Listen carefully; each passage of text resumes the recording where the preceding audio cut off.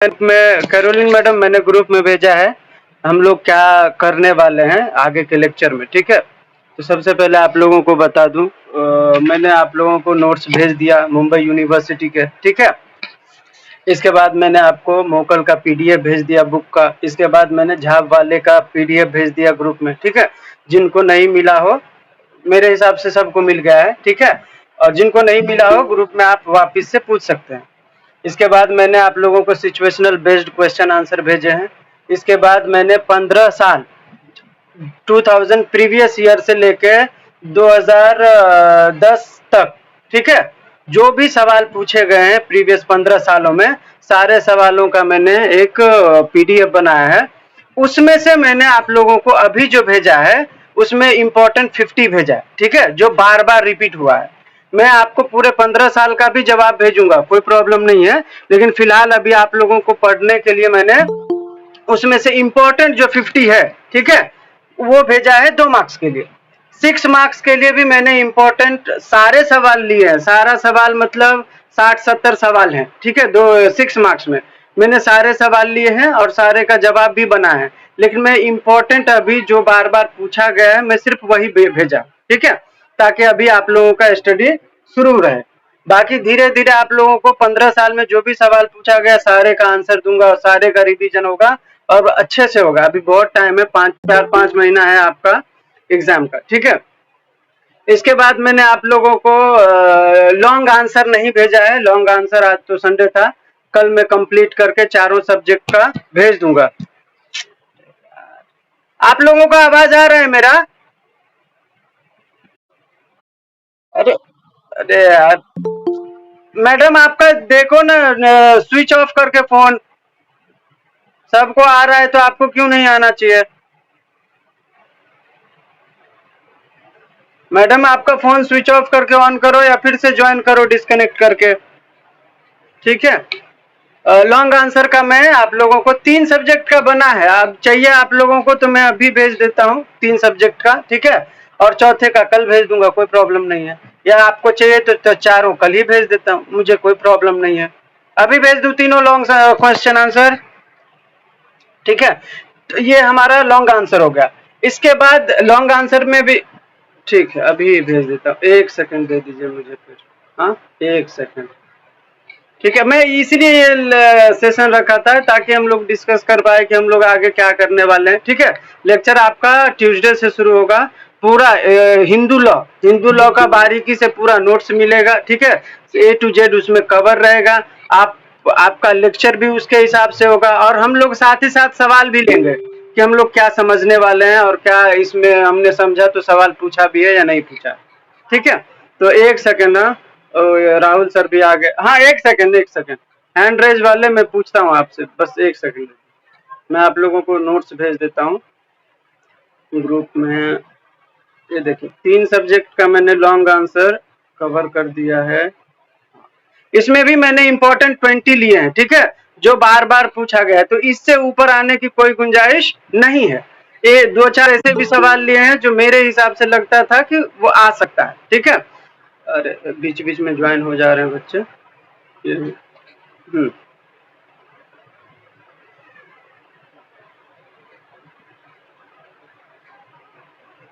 एक सेकंड, एक सेकंड।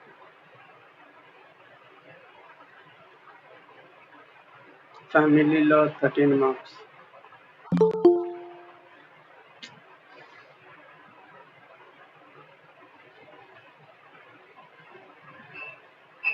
एक सेकंड, 20 हो गया।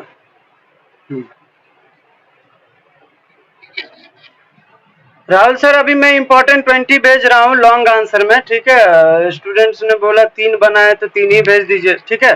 तो मैं 3 भेज रहा हूँ। एक, हाँ, एक कल भेज दूंगा आप लोगों को। बना वो भी है, आधा ही बना था तो इसीलिए नहीं भेजा। इसके बाद मेरा इम्पोर्टेंट 50 जो है हैंडमेड, वो भी बना रहा हूँ क्योंकि उसमें मुझे मॉड्यूल को भी कवर करना रहता है और प्रीवियस ईयर के क्वेश्चन भी, तो उसमें थोड़ा दिमाग लगाना पड़ता है, ठीक है। तो वो थोड़ा टाइम लगेगा, 10 दिन 15 दिन लगेगा उसमें, ठीक है। वो भी मिल जाएगा, कोई प्रॉब्लम नहीं। ये हो गया फैमिली लॉ आपका।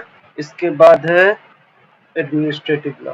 एडमिनिस्ट्रेटिव लॉ, लीजिए फैमिली लॉ इम्पोर्टेंट पॉइंट। जो स्टार मार्क है वो तो 100% पढ़ना है आपको, ठीक है। वैसे तो जो इम्पोर्टेंट 20 है वो 20 का 20 इम्पोर्टेंट है, कोई प्रॉब्लम नहीं है उसमें, लेकिन स्टार मार्क को थोड़ा ज्यादा वो देना है, ठीक है। ये हो गया फैमिली, ये हो गया एडमिनिस्ट्रेटिव।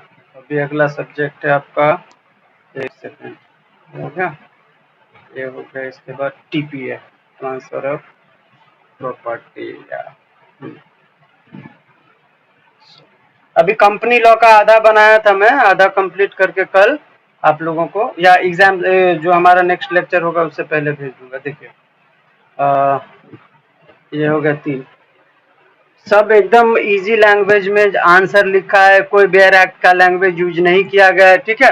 आप लोग खुद से भी पढ़ोगे तो लगेगा कि हाँ जो सवाल पूछा गया है हमने जवाब सिर्फ वही लिखा है, कोई एक्स्ट्रा नॉलेज लगाने की जरूरत उसमें नहीं पड़ी है, ठीक है। अभी देखिए ग्रुप में मैंने ये तीनों सब्जेक्ट का भेज दिया, अभी तक ज्वाइन कर रहे हैं बच्चे, एक सेकेंड में।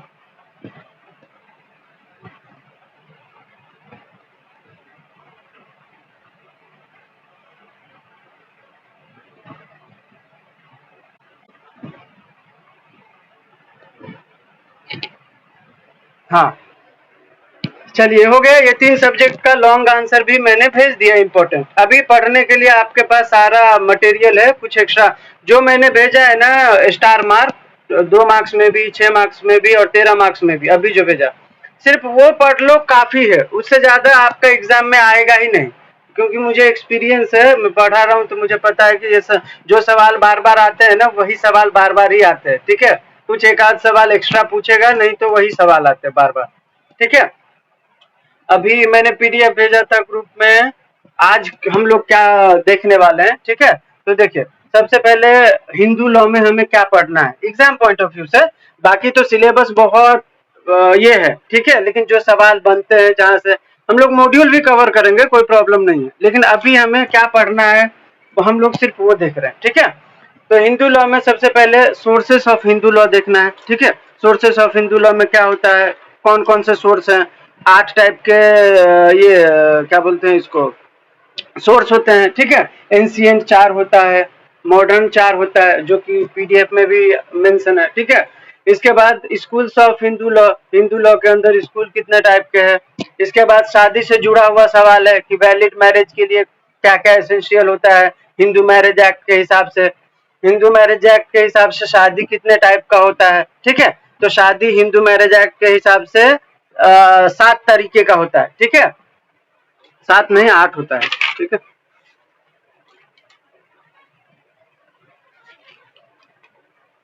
हाँ 8 तरीके का होता है, 4 होता है अप्रूव्ड और 4 होता है डिसअप्रूव्ड, ठीक है। इसके बाद है कंडीशंस फॉर वैलिड मैरिज, शादी करने के लिए क्या क्या कंडीशंस होने चाहिए।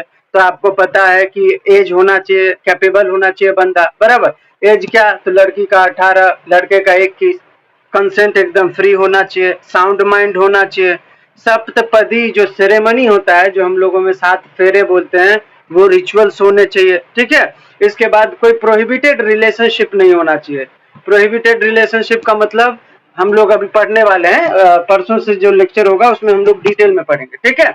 एक होता है सपिंडा रिलेशनशिप, सपिंडा का मतलब सेम पिंड, सेम पिंड का मतलब बाप के सॉरी बाप ने मेल साइड से 5 जेनरेशन, ठीक है, और फीमेल साइड से जो 3 जेनरेशन होता है, जैसे मैं हूँ, मेरे पापा हो गए, मेरे पापा के पापा हो गए, मेरे बेटे हो गए, ठीक है। तो ये क्या हुआ, 5 जेनरेशन हो गया।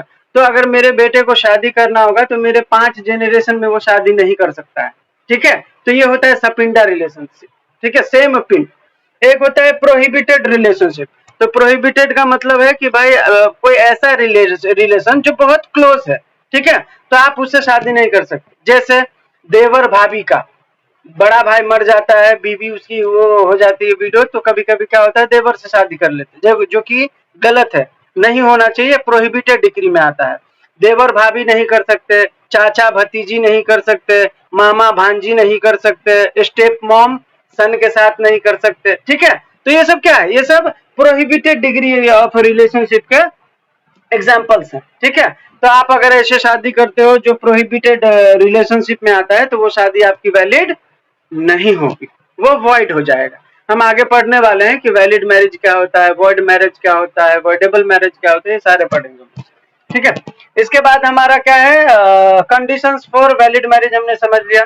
ग्राउंड फॉर डाइवोर्स क्या होता है, ग्राउंड डाइवोर्स के लिए, ग्राउंड होता है कि भाई क्रुअल्टी कर रहा है आपके साथ, या आपका जो है पति संन्यास ले लिया। ठीक है, हम लोगों ने मुस्लिम लॉ में भी बहुत सारे पढ़े थे, कन्वर्जन, किसी को याद हो तो, अनसाउंड माइंड, इंसैनिटी हो गया, वेनेरियल डिजीज हो गया, प्रिजम्पशन ऑफ डेथ, लगता है 7 साल से वो नहीं मिल रहा है तो हम मान के चलेंगे कि वो मर गया है, बराबर। तो ये सारी चीजें जो है, अडल्ट्री, डिजर्सन, ये सारी चीजें डाइवोर्स के ग्राउंड होती है। ठीक है, इसके बाद नेक्स्ट है आपका ग्राउंड फॉर डाइवोर्स हो गया, रेस्टिट्यूशन ऑफ कंजुगल राइट। ठीक है, मैंने ये पिछले जो हम लोग मुस्लिम लॉ पढ़े थे तो उसमें भी मैंने बताया था, रेस्टिट्यूशन ऑफ कंजुगल राइट का मतलब है कि जब आप शादी करते हो, ठीक है, आपकी पत्नी है, आप हो, तो कभी कभी क्या होता है, शादी के बाद आपके कुछ अधिकार मिलते हैं। ठीक है, according to Hindu marriage act, कि आप पत्नी के साथ रह सकते हो, पत्नी के साथ सो सकते हो, पत्नी के साथ खा सकते हो, पत्नी आपके लिए खाना बना सकती है। ठीक है, पत्नी आपके कपड़े धो सकती है। ये सब क्या है, ये सब एक तरीके से लीगल ऑब्लिगेशन है। हस्बैंड का भी काम है कि पत्नी का ख्याल रखे, उसको कुछ चाहिए, लहंगा चाहिए तो दिला दो, कुछ उसके ख्वाहिश है वो पूरा करो। ये सब क्या है, ये सब लीगल ऑब्लिगेशन होते हैं, शादी के बाद अराइज होते हैं। ठीक है, तो अगर कुछ ऐसा है, जैसे मान के चलिए शादी हुआ और पत्नी बिना किसी वजह के, मतलब मायके चली गई और वो नहीं आ रही है, तो क्या वो ऐसा कर सकती है? नहीं कर सकती। बिना किसी रीजन, क्या आप रीजन बताओ क्यों नहीं रहना है आपको पति के साथ? आपका पति आपको टॉर्चर करता है, क्रुअल्टी करता है, या आपके साथ सोता नहीं है, या आपके ख्याल नहीं रखता, कुछ भी ऐसे रीजन है। Call from Ramlakhan Pal identified by true collar. ठीक है, तो ऐसे अगर कोई चीजें हैं और वो नहीं बताती है और फिर भी वो पति से दूर रहती है, तो उसका पति जो है रेस्टिट्यूशन ऑफ कंजुगल राइट का अंडर सेक्शन 9 एक पिटीशन डिस्ट्रिक्ट कोर्ट में डाल सकता है कि मेरी बीवी भाग गई है, ठीक है, चली गई है, उनको जो है कैसे भी करके मुझे चाहिए वो। तो कोर्ट जो है आपकी वाइफ से पूछेगा कि भाई क्या है, रीजन क्या है, आपको क्यों नहीं रहना। अगर कोर्ट उनके रीजन से सेटिस्फाइड नहीं होता है तो कोर्ट उनको बोलेगा कि आपको अपने पति के साथ रहना होगा। बिना रीजन के आप ऐसे कैसे छोड़ सकती हो? आपने शादी किया था ना, आपको जबरदस्ती तो किया नहीं था कि तू इससे शादी कर ले, स्वेच्छा से शादी करी थी, तो अब क्यों नहीं रहना? अगर कोई रीजन नहीं है तो कोर्ट उसको फोर्सफुली भी रहने के लिए बोल सकता है पति के साथ। तो ये होता है रेस्टिट्यूशन ऑफ कंजुगल राइट। ठीक है, नेक्स्ट है जुडिशियल सेपरेशन। जुडिशियल सेपरेशन का मतलब क्या होता है कि पत्नी को, जुडिशियल सेपरेशन के ग्राउंड कभी कभी पूछ लिए जाते हैं कि जुडिशियल सेपरेशन के ग्राउंड क्या क्या है। तो जुडिशियल सेपरेशन के वो सारे ग्राउंड होंगे जो डाइवोर्स के होते हैं। ठीक है, एक तरीके से जुडिशियल सेपरेशन भी डाइवोर्स ही है, लेकिन डाइवोर्स में होता क्या है कि आपकी शादी जो है वो टूट जाती है, खत्म हो जाती है। लेकिन जुडिशियल सेपरेशन में आपकी शादी टूटती नहीं है, आप लीगली मैरिड ही हो, लेकिन आप लोग अलग अलग रह रहे हो। ये भी कब होता है? जब कोर्ट ऑर्डर पास करता है। ठीक है, जैसे मान के चलिए मेरी वाइफ है, वो मेरे साथ नहीं रहना चाहती, तो मैं कोर्ट में जुडिशियल सेपरेशन का फाइल करूंगा या डाइवोर्स का फाइल करूंगा। जो अगर मुझे कोर्ट में लगेगा कि मुझे सीधा डाइवोर्स लेना है, मैं कर सकता हूँ। अगर मुझे लगता है कि नहीं, शादी नहीं तोड़ना है, लेकिन मुझे लगता है कि मुझे अकेले रहना चाहिए 1-2 साल, तो आप जुडिशियल सेपरेशन के लिए एप्लीकेशन कोर्ट में डाल सकते हो। कोर्ट कंसीडर करेगा, उनको लगेगा तो बोलेगा ठीक है भाई, जुडिशियल सेपरेट कर देता हूं मैं, आप दोनों रहो साल भर अलग। लेकिन जुडिशियल सेपरेशन जो होता है वो अनलिमिटेड पीरियड के लिए नहीं होता, 1-2 साल भर के लिए दिया जाता है। अगर हस्बैंड वाइफ को लगता है कि नहीं, अलग ही रहना हम लोगों के लिए सही है, तो फिर डाइवोर्स आप ले सकते हो। ठीक है, तो जुडिशियल सेपरेशन डाइवोर्स से पहले का एक स्टेप है, जिसको बोलते हैं ना एक कूलिंग पीरियड। क्या आप लोग यार साथ में लड़ झगड़ रहे हो, लगता है आप लोगों को डाइवोर्स लेना है, तो आप लोग थोड़ा दिन के लिए अलग रह के देखो। अगर दोनों को लगे कि एक दूसरे की कमी महसूस हो रही है, या मेरी ही गलती थी, अब मुझे एहसास हो रहा है, तो मैं उसको माफ करके फिर से रह लूं, करेक्ट। तो इस सब के लिए जो है जुडिशियल सेपरेशन दिया जाता है। ग्राउंड सेम होता है डाइवोर्स के जैसा। इसके बाद है दूसरा, अगला, वॉइड एंड वॉइडेबल मैरिज। क्या होता है वॉइड एंड वॉइडेबल मैरिज? तो पहले तो वैलिड मैरिज। वैलिड मैरिज का मतलब क्या? जो भी सारी एसेंशियल्स हैं, ठीक है, अगर वो फुलफिल हो जा रहे हैं तो वो वैलिड मैरिज होगा। ठीक है, अगर जो भी एसेंशियल्स हैं, जैसे आपको प्रोहिबिटेड रिलेशनशिप में शादी नहीं करनी है, एग्जाम्पल फॉर, ठीक है, आपने कर लिया, मैंने मतलब मान के चलिए कोई बंदा है जो अपनी भांजी से कर लिया। यहाँ पे एक एक्सेप्शन देता है हिंदू मैरिज कि अगर किसी का कस्टम ये अलाउ करता है, ठीक है, कि कोई मामा अपने भांजी से कर सकता है, तो फिर वो प्रोहिबिटेड रिलेशनशिप में नहीं आएगा, ठीक है। जैसे कुछ स्टेट्स हैं, जैसे मैंने सुना है कि महाराष्ट्र में फुआ के लड़की से भी शादी अलाउड है, ठीक है। कहीं कहीं पे कुछ ऐसे स्टेट्स हैं, छत्तीसगढ़ या कोई और स्टेट है जहाँ पे आप बुआ के लड़की से शादी कर सकते हो, ऐसा है। तो जहाँ पे कस्टम जो शुरू से ही अलाउ हो चुका है आप उसमें कर सकते हो, वो फिर प्रोहिबिटेड नहीं होगा, ठीक है।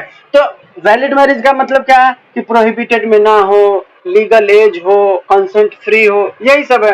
तो अगर ये सब नहीं है तो फिर शादी कौन सी हो जाएगी, वॉइड हो जाएगी, क्योंकि सारे एसेंशियल उसके फुलफिल नहीं हो रहे हैं। वॉइडेबल का मतलब क्या है कि शादी फिलहाल तो वैलिड है, ठीक है, लेकिन अगर कोई एक पार्टी चाहे तो उस शादी को वॉइड कर सकता है। एग्जाम्पल फॉर, किसी लड़की की शादी हो गई 15 साल में, अब वो लड़की जो है 18 साल की हो गई, वो चाहे तो उस शादी को वॉइड डिक्लेयर कर सकती है। क्यों? क्योंकि उसकी शादी जो है नाबालिग उम्र में हो गया था, क्योंकि शादी का लीगल एज क्या है, 18 साल। अगर 15 में हुआ था तो वो लड़की 18 का होगी तो वो चाहे तो डाइवोर्स ले सकती है, ठीक है, वो वॉइड कर सकती है। तो वॉइड करने के लिए उस पार्टी के ऊपर है कि वो करना चाहती है या नहीं करना चाहती। अगर नहीं करना चाहती है तो फिर वैलिड है, ऐसा। तो वॉइडेबल का मतलब क्या होता है कि भाई आपके ऊपर है, अगर आपको लगता है कि मुझे शादी को अवॉइड करना है तो आप कर सकते हो, ठीक है, बाकी वो वैलिड ही रहेगा। जैसे मान के चलिए शादी किया मैंने लड़की के साथ और लड़की का कंसेंट नहीं था, लड़की को भी पता है कि ये शादी जो है जबरदस्ती हुआ था, अब लड़की को लग रहा है कि नहीं यार ठीक है अब चला लेते हैं, ठीक है, तो चला ले भाई, फिर शादी वैलिड है।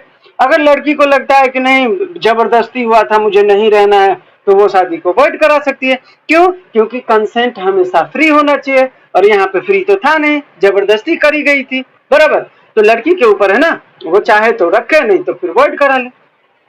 तो वॉइडेबल मैरिज का मतलब है कि कोई भी शादी वैलिड ही है, एक पार्टी चाहे तो उसको वॉइड कर सकती है किसी भी रीजन से, चाहे वो कंसेंट में लैक ऑफ कंसेंट हो, या उसका जो पति है इम्पोर्टेंस है, मतलब वो मतलब क्या बोलते हैं नपुंसक है, वो अपनी वाइफ को प्रेग्नेंट नहीं कर सकता। अगर उस वाइफ को लगता है कि नहीं यार बच्चा जरूरी थोड़ी है, बच्चा तो हम गोद ले लेंगे, ठीक है, पति इतना प्यार कर रहा है, जो बोलती हूँ वो ला के दे दे रहा है, तो इससे ज्यादा क्या चाहिए।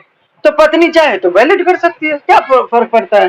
पत्नी को लगता है कि नहीं मैं सेटिस्फाई नहीं हूँ तो वॉइड कर लो, क्योंकि इम्पोर्टेंस होना अपने आप में एक वो है, क्या बोलते हैं, इलीगैलिटी है, और जैसे ही इलीगैलिटी आ गया तो शादी वॉइड हो सकता है, ठीक है। इसके बाद अंडर एज ऑफ मैरिज, या पति इंसेन हो गया, ठीक है, पागल हो गया, आपको लगता है कि नहीं यार पागल ही है लेकिन संपत्ति भर भर के इसके पास, क्यों शादी तोड़ने का फालतू में, ठीक है, तो आप वैलिड रखो। अगर लगता है कि नहीं यार अब अलग होना है, शादी को ही वॉइड करा देते हैं, कर दो भाई, वो पागल हो गया मुझे अब नहीं रहना, शादी वॉइड हो जाएगी, ठीक है। तो वॉइडेबल का मतलब है कि आपके पास ऑप्शन हमेशा है, चाहो तो वैलिड ही रखो नहीं तो वॉइड कर लो।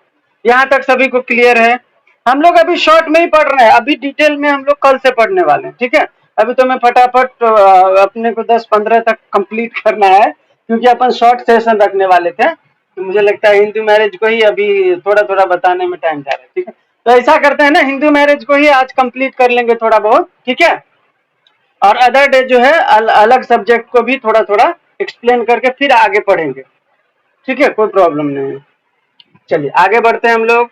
अभी अगला क्या पूछ रहा है आपका, ये वॉइड, वॉइडेबल और वैलिड मैरिज हो गया। अब पूछ रहा है आपका अडॉप्शन से, Hindu adoption and maintenance act. क्या होता है अडॉप्शन, क्या है ये एक्ट, इसके बारे में हमें समझना पड़ेगा। देखिए सबसे पहले है हु कैन अडॉप्ट, कोई भी अडॉप्ट कर सकता है, ठीक है। जब आप हिंदू अडॉप्शन एंड ये अभी हम लोग पढ़ेंगे ये एक्ट, ठीक है, Hindu adoption and maintenance act, तो उसमें हम पढ़ने वाले हैं कि अडॉप्शन अडॉप्ट कौन कौन कर सकता है।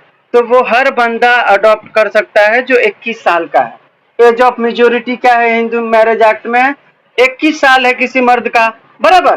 किसी लड़के की शादी की उम्र कितनी है, 21 साल। लड़के का कितना है, लड़की का कितना है, 18। तो इसका मतलब है कि उनका लीगल एज 21 और 18 है, ठीक है। तो कोई भी बंदा जिसको भी अडॉप्ट करना है किसी को भी, तो अगर वो 21 साल से ऊपर का है तो वो बंदा अडॉप्ट कर सकता है। ठीक है, शर्त यह है कि वो साउंड माइंड होना चाहिए, चाहे लड़की हो लड़का हो एजेड आदमी हो कोई भी हो, अडॉप्ट कर सकता है। तो सवाल क्या पूछ रहा है, who can adopt? Everyone who is a Hindu. ठीक है, क्योंकि हम हिंदू एक्ट पढ़ रहे हैं तो यहाँ पे मुस्लिम थोड़ी अडॉप्ट कर लेगा, यहाँ पे तो हिंदू की बात होगी, बराबर। तो यहाँ पे ये याद रखना, anyone who is a Hindu and attain majority of age, that is 21 years of age. ठीक है, and should be sound mind, वो साउंड माइंड होना चाहिए, पागल वगैरह नहीं होना चाहिए, तो वो जो है अडॉप्ट कर सकता है। ठीक है, यहाँ पे दो कंडीशन है। अगर कोई शादीशुदा मर्द है, ठीक है, मान के चलिए मैं शादीशुदा हूँ, तो मैं हूं तो 32 साल का मान के चलिए, तो मैं अगर अडॉप्ट करना चाहूंगा तो मुझे अपनी वाइफ से कंसेंट लेना पड़ेगा। हमेशा याद रखना, अगर शादीशुदा मर्द है तो उसको अपनी वाइफ से कंसेंट लेना पड़ेगा। अगर वाइफ नहीं है, मान के चलिए रिनाउंस हो गई, गुजर गई, ठीक है, मर गई, कुछ भी हुआ है, अगर वाइफ नहीं है तो फिर कोई जरूरी नहीं है कंसेंट लेना। ठीक है, फिर आप ऐसे भी ले सकते हो, लेकिन शादीशुदा हो तो वाइफ का कंसेंट बहुत जरूरी है। अगर कोई वाइफ है, ठीक है, अगर उसका पति है, वाइफ चाहती है कि मुझे अडॉप्शन लेना है, तो स्वाभाविक है कि वो पति से पूछेगी। आमतौर पर महिला जो है अडॉप्शन नहीं करती जब तक उसके पति होते हैं। पति है तो भाई पति से कर लेंगे बच्चे, क्यों अडॉप्ट करने का, बराबर। तो महिलाएं जो है खास करके जब वो विडो होती हैं, या उनको लगता है कि मुझे शादी ही नहीं करना है, या उनको लगता है कि अब डाइवोर्स हो गया, बच्चा कैसे हो, तो फिर वो अडॉप्शन करती है। ठीक है, तो यहाँ पे सिचुएशन हमेशा याद रखना, कोई अनमैरिड वुमेन है या डाइवोर्सी वुमेन है, ठीक है, या उनके पति मर चुके हैं, विडोड है, ठीक है, और उनको अडॉप्शन करना है, तो उनके लिए कोई बाध्यता नहीं है किसी से भी कंसेंट लेने की। ठीक है, वो इंडिपेंडेंट है, क्योंकि उनका कोई है ही नहीं आगे पीछे। अब पत्नी विधवा है, ठीक है, पति है ही नहीं, तो वो किसे कंसेंट लेगी? अनमैरिड है, उनको चाहिए तो किसे कंसेंट लेगी? तो अनमैरिड वुमेन, डाइवोर्सी वुमेन और विडोड वुमेन अगर अडॉप्शन करना चाहती है तो उनके लिए कोई भी कंसेंट की जरूरत नहीं है। ठीक है, दूसरा क्या पूछ रहा है ये, हाँ एक और बात आगे बता दूंगा, लेकिन अभी फिर से बता देता हूं। कोई भी लड़का या लड़की अगर अपने सेक्स के अपोजिट जेंडर में अडॉप्ट करती है तो उसको 21 ईयर का गैप रखना पड़ेगा। ठीक है, कितने ईयर? 21 ईयर का गैप। ठीक है, क्यों? देखिए, जैसे मान के चलिए मैं लड़का हूं, ठीक है, आमतौर पर ऐसा माना जाता है कि अगर कोई मान के चलिए 30 साल का लड़का है, ठीक है, और वो लड़की 17 साल की अडॉप्ट करेगा, ठीक है, ह्यूमन नेचर मान के चलिए उसके साथ कुछ गलत हो गया, तो अडॉप्ट किया है ना, बाप उसका ब्लड रिलेटिव तो है नहीं लड़की कि उसका मतलब इतना दिमाग न घूमे, बराबर। तो इसीलिए 21 ईयर्स का गैप रखा है कि अगर कोई भी इंसान है, जैसे मान के चलिए मैं 30 साल का हूँ, ठीक है, तो मैं 5-6 साल की बच्ची को अडॉप्ट कर सकता हूँ। ठीक है, उससे ज्यादा की अडॉप्ट नहीं कर सकता। तो 21 ईयर का गैप अपोजिट जेंडर में आपको हमेशा रखना पड़ेगा। अगर मैं लड़का हूं, मुझे गोद लेना है लड़की को, तो मैं 21 साल का गैप रखूंगा। अगर कोई लड़की है, उसको लड़के को अडॉप्ट करना है, तो अपने एज के हिसाब से 21 साल का गैप रखेगी। ठीक है, जैसे मान के चले लड़की 22 साल की है तो वो 1 साल तक के बच्चे को अडॉप्ट कर सकती है। ठीक है, अगर कोई 30 साल की है तो 8 साल तक के लड़के को अडॉप्ट कर सकती है, ऐसा। इसके बाद अगला सवाल, अगला पॉइंट है आपका, हु कैन बी अडॉप्टेड, कौन अडॉप्ट किया जा सकता है? ठीक है, तो कोई भी बच्चा जो सबसे पहले हिंदू हो, हमेशा याद रखना। ठीक है, a child who is a Hindu, ठीक है, और वो अनमैरिड होनी चाहिए, वो पहले से किसी के द्वारा अडॉप्ट नहीं किया जाना चाहिए, ठीक है, और वो 15 साल से नीचे का होना चाहिए, तब उसको जो है अडॉप्ट आराम से किया जा सकता है, कोई भी प्रॉब्लम नहीं है, चाहे वो चाइल्ड लेजिटिमेट हो चाहे वो इलेजिटिमेट हो। ठीक है, अधिकार दोनों को है अडॉप्ट किए जाने की। नेक्स्ट है आपका अगला, और एक और शर्त यह है कि कोई भी बच्चा मान के चलिए एक पति हिंदू था और वाइफ मुस्लिम थी, ठीक है, या क्रिश्चियन थी, कुछ भी थी, ठीक है, और पति मर गया अब वाइफ जो है, शादी हुआ था हिंदू मैरिज के हिसाब से, लेकिन वो वाइफ पति के मरने के बाद फिर से वो क्रिश्चियनिटी को फॉलो करने लगी, बराबर। और क्रिश्चियनिटी को फॉलो करने लगी तो अपने बच्चे को भी वो क्रिश्चियन रीति रिवाज से ही पाली।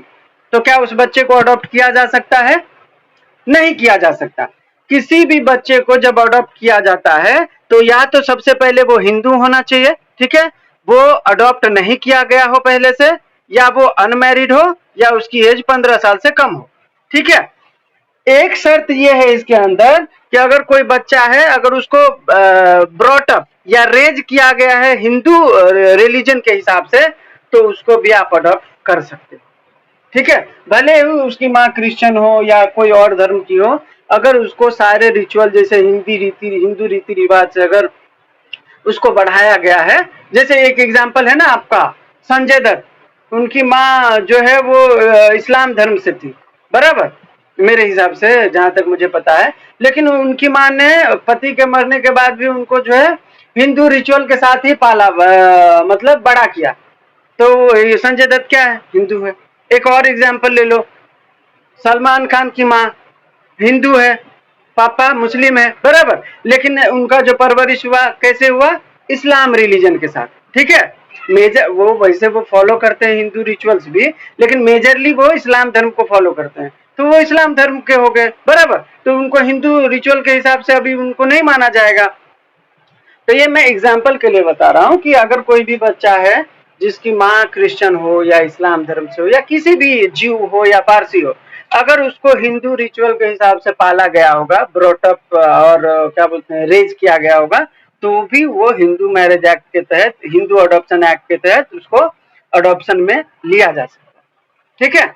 इसके बाद क्या है आपका इफेक्ट ऑफ एडॉप्शन। क्या होता है एडॉप्शन का इफेक्ट?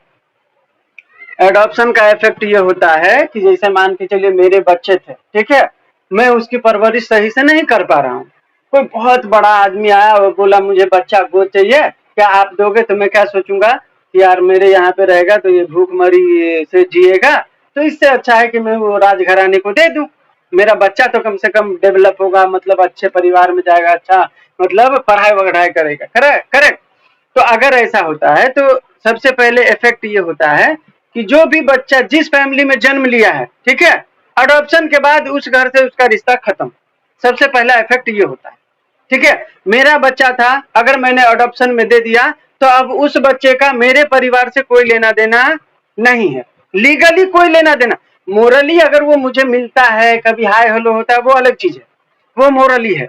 लीगली अब उसका कोई भी अधिकार मेरे प्रॉपर्टी पर नहीं। दूसरा इफेक्ट ये है कि वो बच्चा जिसके भी घर में जाएगा, जो भी अडॉप्टिव पेरेंट होगा, उसके घर में जो भी बच्चे होंगे उनके, ठीक है, वैसे तो जो भी कोई भी बच्चा नहीं होता है तब अडॉप्शन होता है, ठीक है। जनरली ये लॉ में है कि अगर किसी के पास कोई बेटा है पहले से, तो वो बेटा अडॉप्ट नहीं कर सकता, ठीक है। तो स्वाभाविक है उसका बच्चा नहीं होगा तो वो अडॉप्ट किया होगा, तो अडॉप्ट किया होगा तो उसके जो भी रियल बच्चे होते, उसके जो भी अधिकार होते, वो सारे अधिकार किसको मिलेंगे? अब अडॉप्टिव चिल्ड्रन को मिलेंगे, ठीक है। ये सब इफेक्ट है, अडॉप्शन के इफेक्ट होते हैं, ठीक है। इसके बाद और इफेक्ट क्या होता है? कोई भी प्रॉपर्टी जो अडॉप्टिव पेरेंट के थे, वो सारे अधिकार किसको जाएंगे? अडॉप्टिव चाइल्ड को, ठीक है। क्योंकि उसके चाइल्ड नहीं होंगे या थे भी या है भी, एक एग्जांपल के लिए, तो भी इक्वली वो राइट रखता है उस प्रॉपर्टी में, ठीक है। तो ये इफेक्ट होता है किसी भी एडॉप्शन के बाद का, ठीक है। इसके बाद क्या पूछ रहा है आपसे? ये एडॉप्शन के इफेक्ट हो गए। इसके बाद है एसेंशियल्स ऑफ वैलिड एडॉप्शन। क्या क्या एसेंशियल्स होता है वैलिड एडॉप्शन का? तो सबसे पहला होता है कि भाई कंसेंट होना चाहिए दोनों पार्टी का, जो ले रहा है उसका भी और जो दे रहा है उसका भी। मेरा बेटा है, मेरी इच्छा है तब मैं उसको अडॉप्शन में दूंगा ना। अगर मैं लालच में आके दे रहा हूं तो ये तो गलत है, तो फिर वो अडॉप्शन के रूल में आएगा ही नहीं, तो फिर वो इनवैलिड अडॉप्शन होगा, ठीक है। अडॉप्शन का सबसे पहला जो वो एसेंशियल्स है वो है इंटेंट। दोनों का इंटेंट होना चाहिए। मैं अगर दे रहा हूं तो मेरा भी इंटेंट होना चाहिए और जो ले रहा है उसका भी इंटेंट होना चाहिए, ठीक है। इसके बाद दूसरा है कैपेसिटी। मैं अगर दे रहा हूं तो मेरे पास कैपेसिटी होना चाहिए देने का, मेरे पास अधिकार होना चाहिए। मैं थोड़ी ना ये राजू के बेटे को किसी और को गोद दे दूंगा, मेरा बेटा थोड़ी है वो, बराबर। तो कैपेसिटी होना चाहिए आपके पास, और आपके पास राइट होना चाहिए कि उसको आप अडॉप्शन में दे सकें। यही रूल सामने वाले के भी ऊपर अप्लाई होता है। जो अडॉप्शन लेने के लिए आया है उसके पास भी कैपेसिटी होना चाहिए। अब पता चला वो खुद भीख मांग के खा रहा है और वो अडॉप्शन लेने आया है, उसको भी भीख मंगवाएगा, बराबर। तो उसका कैपेसिटी है क्या लेने का? नहीं है। ठीक है, तो कैपेसिटी दोनों पार्टी का होना चाहिए, लेने वाले का भी और देने वाले का भी। ठीक है, इंटेंट दोनों का होना चाहिए, लेने वाले का भी देने वाले का भी। ठीक है, जो बच्चा अडॉप्शन के लिए जा रहा है वो भी कैपेबल होना चाहिए। ठीक है, अब कोई 20 साल का बच्चा अडॉप्शन के लिए जा रहा है, वो लीगल है क्या? नहीं है। लॉ क्या बोलता है कि 5 साल से नीचे का होना, 15 साल से नीचे का होना चाहिए, अनमैरिड होना चाहिए, बराबर। अभी हम लोग पढ़े ना क्या क्या एसेंशियल था, हिंदू होना चाहिए वो बच्चा, पहले से अडॉप्टेड नहीं होना चाहिए। तो अगर ये सब पहले से है वो, तो फिर वो बच्चा अडॉप्ट किया जा सकता है क्या? नहीं किया जा सकता। तो वैलिड अडॉप्शन के लिए क्या जरूरी है कि भाई वो जो बच्चा है वो भी लीगली अडॉप्शन में जाने का अधिकार रखता हो। ठीक है, और भी कुछ है कंडीशंस जो सेक्शन 11 में बताया गया है। ठीक है, जब आप लोगों को मैं सिलसिलेवार तरीके से अगले सेमेस्टर अगले सेक्शन में पढ़ाऊंगा अगले दिन से, ठीक है, तो उसमें पूरा डिटेल में आप लोगों को भेज दूंगा नोट्स। फिर अभी तो ऊपर ऊपर से बता रहा हूँ कि भाई समझ में आया। ठीक है, इसके बाद और कुछ एसेंशियल्स हैं, जैसे मान के चलिए मेरा बेटा है, ठीक है, तो मैं बच्चा गोद नहीं लूंगा, बेटा गोद नहीं ले सकता, ये एसेंशियल है। अगर आपके पास पहले से एक बेटा है तो आप बेटा गोद नहीं लोगे। अगर आपके बेटे के बेटे हैं तो भी आप बेटा गोद नहीं ले सकते। अगर आपके बेटे के बेटे के बेटे हैं तो भी आप बेटा गोद नहीं ले सकते। ये वैलिड एडॉप्शन का एक और कंडीशन है। ठीक है, अगर किसी को बेटी चाहिए गोद में, ठीक है, तो उसका बेटी पहले से नहीं होना चाहिए, ये रूल है। एक और रूल क्या था? Age difference. मैंने प्रीवियस अभी बताया थोड़ी देर पहले कि एज डिफरेंस होना चाहिए। अगर मैं लड़का हूं, मुझे लड़की को गोद लेना है तो 21 साल का गैप होगा। अगर मैं लड़का हूं तो लड़की के लिए, अगर कोई लड़की है तो लड़का के लिए 21 साल का वो गैप रखना चाहिए। ठीक है, इसके बाद एक और कंडीशन है सिंगल अडॉप्शन। ठीक है, अगर कोई भी आप जो है बच्चा गोद ले रहे हो तो एक टाइम पर एक ही बच्चा गोद ले सकते हो।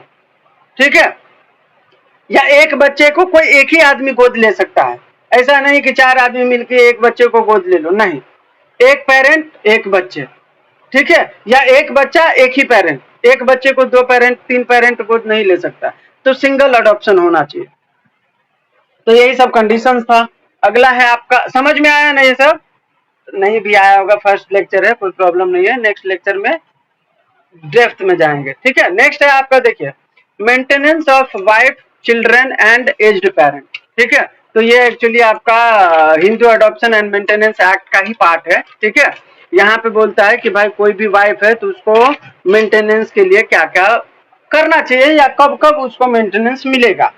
ठीक है, तो Hindu adoption and maintenance act पढ़ेंगे हम लोग, तो उसमें बताया गया है कि कोई भी एजेड पेरेंट हो या कोई भी बच्चे हो या कोई भी वाइफ हो, अगर वो खुद को मेंटेन नहीं कर पा रहे हैं, ठीक है, तो वो जिनके ऊपर डिपेंडेंट है, अगर ओल्ड पेरेंट हैं तो वो अपने बेटे के ऊपर डिपेंड होगा, बच्चे हैं तो भी अपने पेरेंट के ऊपर डिपेंड होगा, वाइफ है तो अपने हस्बैंड के ऊपर डिपेंडेंट होगी, करेक्ट। और अगर वो खुद को मेंटेन नहीं कर पा रही है तो सेक्शन 18 में बताया गया है कि जिसके ऊपर वो डिपेंडेंट है वो उसको जो है मॉनिटरी जैसे भी होगा मेंटेनेंस का खर्चा देगा। ठीक है, ये है बेसिक। हम लोग लेक्चर जब आगे करेंगे तो उसमें डेप्थ में जाएंगे कि वाइफ के लिए क्या प्रोविजन है, चिल्ड्रन के लिए क्या प्रोविजन है, एज्ड पेरेंट के लिए क्या प्रोविजन है, सारा।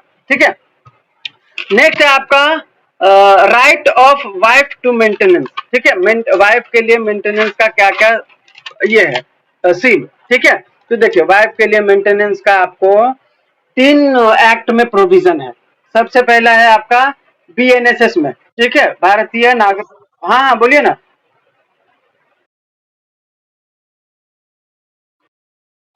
नहीं नहीं, तो कैपेसिटी होगा ना। अरे उसके पास अरबों संपत्ति है। हाँ। नहीं नहीं नहीं, सुनिए सुनिए देखिए देखिए, अलाउड एक ही है, लेकिन उसमें क्या होता है आपको पता होगा, डिस्क्रिएशन ऑफ कोर्ट होता है, ठीक है। अगर कोई अथाह संपत्ति रखता है और अगर वो चार भी बच्चा रखे और कोर्ट को लगे कि यार ये चारों बच्चे का जीवन संभर जाएगा, तो कोर्ट क्या चाहेगा कि दे दो भाई चारों। हाँ नहीं नहीं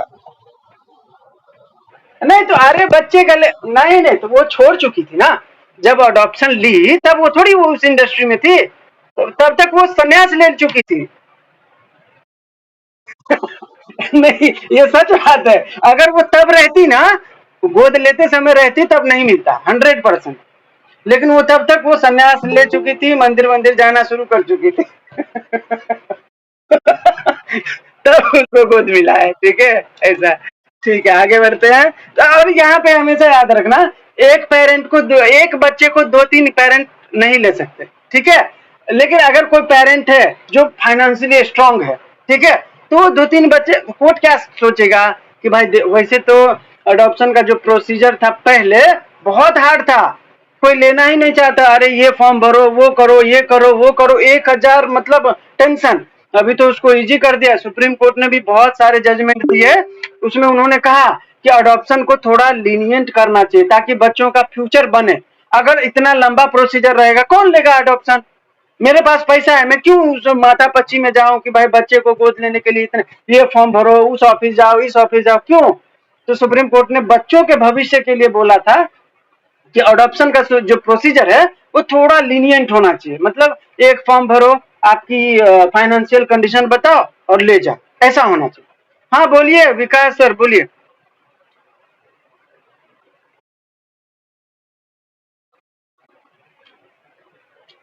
सेम सेक्स के लिए भी प्रोविजन है, लेकिन वो डिपेंड करता है कोर्ट के ऊपर, ठीक है। हिंदू मैरिज एक्ट में सेम सेक्स में तो शादी नहीं हो सकता, क्योंकि Hindu marriage act same sex को अलाउ नहीं करता, ठीक है। वो करेंगे स्पेशल मैरिज में, और स्पेशल मैरिज में करेंगे तो फिर वो हिंदू मैरिज से कैसे गवर्न होगा, और हिंदू मैरिज से गवर्न नहीं होगा तो फिर वो हिंदू मैरिज एक्ट में आएगा कैसे अडॉप्शन के लिए, ठीक है। चलिए, अगला किधर थे हम लोग यार। हाँ, तो हम लोग थे, हाँ हाँ, right of wife to maintenance, ठीक है। तो महिला, हाँ हाँ, बोलिए। नहीं देखिए, Hindu adoption and maintenance act बोलता है कि 15 साल से नीचे के बच्चे को अडॉप्ट किया जा सकता है, ठीक है। अगर आपको 16 का करना है या 17 का करना है तो आपको रिजनेबल जो है कोर्ट में वो देना पड़ेगा दलील, ठीक है। ऐसा नहीं है कि 18 साल के 16 साल या 17 साल के बच्चे को नहीं लिया जा सकता है। अगर कोई ऐसा बच्चा है जिसको जरूरत है, ठीक है, और सामने वाला जो है स्ट्रांग पार्टी है, तो कोर्ट मन बना सकता है। बहुत सारी ऐसी चीजें हैं जो लॉ में नहीं लिखा है, लेकिन डिस्क्रिएशन ऑफ कोर्ट है, कोर्ट कर देता है। आप संविधान में कहीं देखे हो कि कहीं पे लिखा है कि सुप्रीम कोर्ट प्रेसिडेंट को आदेश देगा कि तुम 3 महीने में जो है वो फाइल कर दो, मतलब कोई भी बिल आता है तो तुमको साइन करना पड़ेगा, कहीं पे लिखा है कॉन्स्टिट्यूशन में? नहीं लिखा है।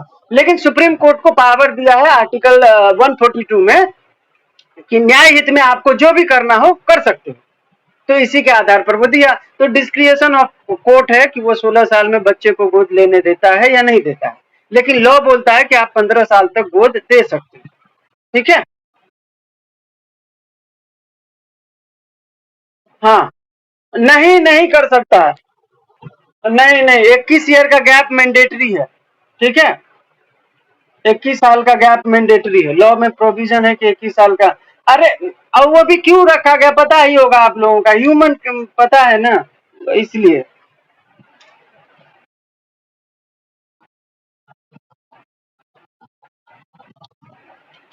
नहीं कर सकते। नहीं नहीं नहीं, नहीं नहीं, एज एज गैप में, एज गैप सिर्फ अपोजिट जेंडर के लिए है, ये याद रखो। अगर मैं लड़का हूं मुझे, हाँ हाँ, सेम जेंडर का कोई एज गैप नहीं है।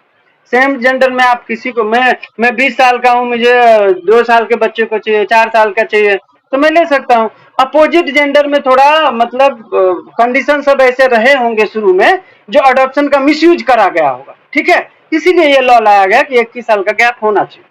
पहले ऐसा नहीं था। जब हिंदू मैरिज एक्ट शुरू में आया था, ये हिंदू अडॉप्शन एक्ट, तो पहले ऐसा नहीं था 21 साल का गैप।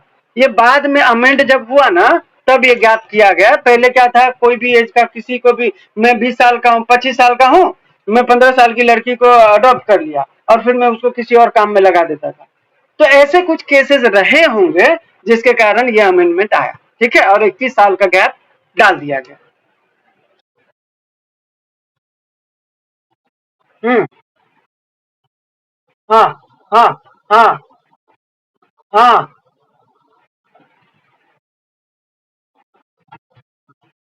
हाँ। आप 15 साल की हो। हाँ हाँ। आपको, वो कैसे आपको अडॉप्ट करेगी? आप करोगी ना। 15 साल की बच्ची आपको कैसे अडॉप्ट कर सकती है 25 साल की?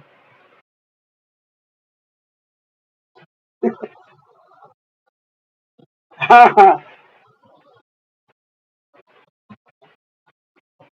नहीं कर सकती है, नहीं कर सकती है, नहीं कर सकती।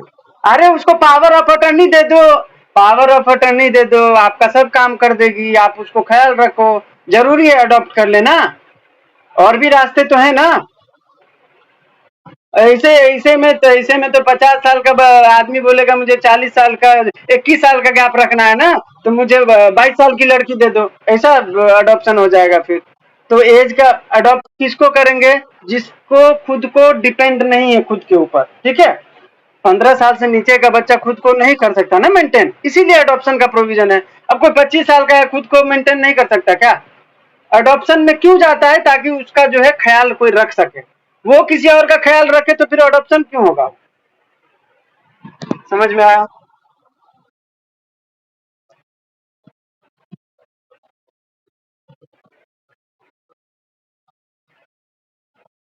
हाँ हाँ हाँ।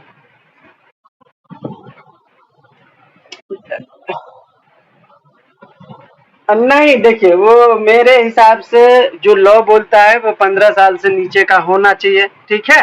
और पार्टी जो है कॉम्पिटेंट होना चाहिए उसके लिए।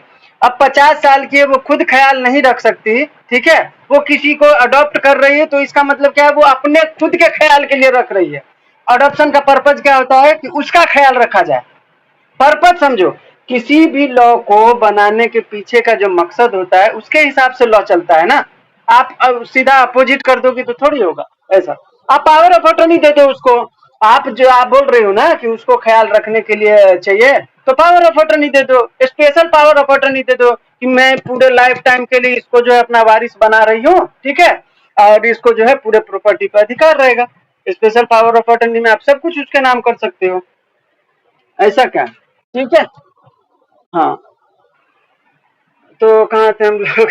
Right of wife to maintenance, ठीक है। तो वाइफ का जो मेंटेनेंस का प्रोसीजर है वो है आपका बीएनएसएस के अंदर सेक्शन 144 में, ठीक है। वहां पे बोला गया है वाइफ जो है अगर खुद को मेंटेन नहीं कर सकती है तो वो मेंटेनेंस क्लेम कर सकती है, ठीक है। इसके बाद अगला है आपका हिंदू मैरिज एक्ट के अंदर सेक्शन 24 और 25। उसमें भी बोला गया है कि अगर कोई भी वाइफ खुद को मेंटेन नहीं कर सकती है तो उसको मेंटेनेंस क्लेम करने का अधिकार है। इसके बाद सेक्शन 18 और 19 में बताया गया है राइट टू मेंटेनेंस। कौन सा एक्ट?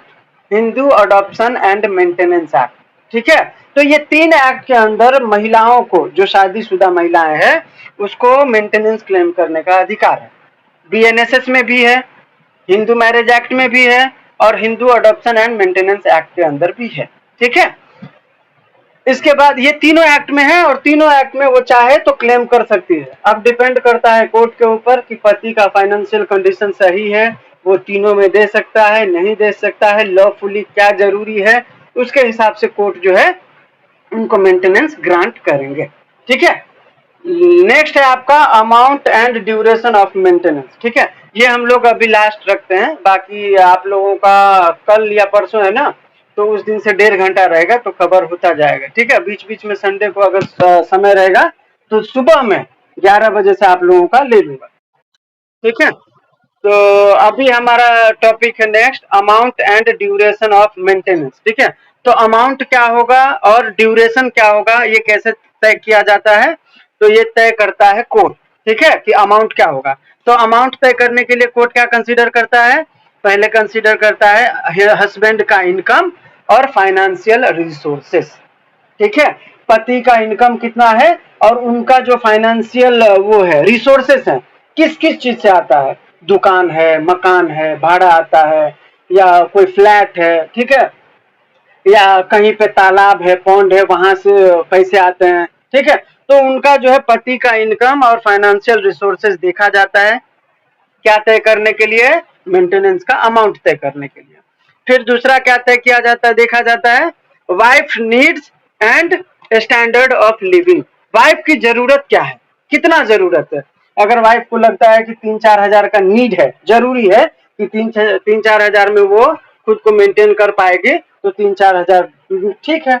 जैसे अभी ये किसका डाइवोर्स हुआ था ना, युजवेंद्र चहल का, उसमें अगर उसकी वाइफ का 3-4 हजार खर्चा होगा, कम से कम 60-70 हजार उसका खर्चा होगा महीने का, तो उस हिसाब से उसको 5 करोड़ मेंटेनेंस मिला। ठीक है, एक साथ मिला तो एलिमनी हो गया, तो वो हो गया। ठीक है, तो वाइफ किस परिस्थिति में रही है, उसका स्टैंडर्ड ऑफ लिविंग क्या है, ठीक है, उसकी जरूरतें क्या है, तो ये भी जो है अमाउंट तय करने में एसेंशियल रोल निभाता है। अगला क्या है, शादी के दरमियान उसका लाइफ स्टाइल क्या था, जो वाइफ है शादी के दरमियान वो क्या क्या खाती थी, कौन कौन से कपड़े पहनती थी, कैसा लग, एसी घर में रहती थी या चौल में रहती थी, ठीक है, डेली ब्रेड बटर खाती थी या सूखा चपाती खाती थी, पति के साथ डेली मूवी देखने जाती थी या घर में कैद रहती थी। ये सारी चीजें जो लाइफ स्टाइल है विमेन का, वो देखा जाता है मैरिज के दरमियान का। ठीक है, और जो कंसिडरेशन है, जैसे मान के चलिए महिला का उम्र कितना है, अब उसको जरूरत क्या है, ठीक है, उसकी हेल्थ कैसी है, अगर बीमार है तो उस हिसाब से फिर उसको अमाउंट बढ़ा के दिया जाए। कोई महिला है जो डिसेबल है, ठीक है, तो वो खुद का वहन वैसे भी नहीं कर सकती, तो थोड़ा अमाउंट बढ़ा के दिया जाए। तो ये सारी चीजें हैं जो अमाउंट को डिसाइड करने के लिए कोर्ट जो है कंसीडर करता है। ठीक है, अब ड्यूरेशन क्या होता है अमाउंट का, किसी भी मेंटेनेंस का एक फिक्स ड्यूरेशन होगा ना। ठीक है, तो आपसे यहाँ पे बोल रहा है कि ड्यूरेशन क्या होता है किसी भी मेंटेनेंस का। ठीक है, तो ड्यूरेशन के आधार पर यहाँ पे हम समझेंगे दो तरीके का, एक होता है टेम्पररी, एक होता है परमानेंट। टेम्पररी जब हम देते हैं किसी को मेंटेनेंस, जिसको इंटरिम मेंटेनेंस कहा जाता है। ठीक है, इंटरिम मेंटेनेंस में हम कोर्ट का प्रोसीडिंग जब तक चलता है तब तक हम उसको मेंटेनेंस देते हैं। ठीक है, ये होता है ड्यूरेशन, किसके लिए, इंटरिम मेंटेनेंस के लिए।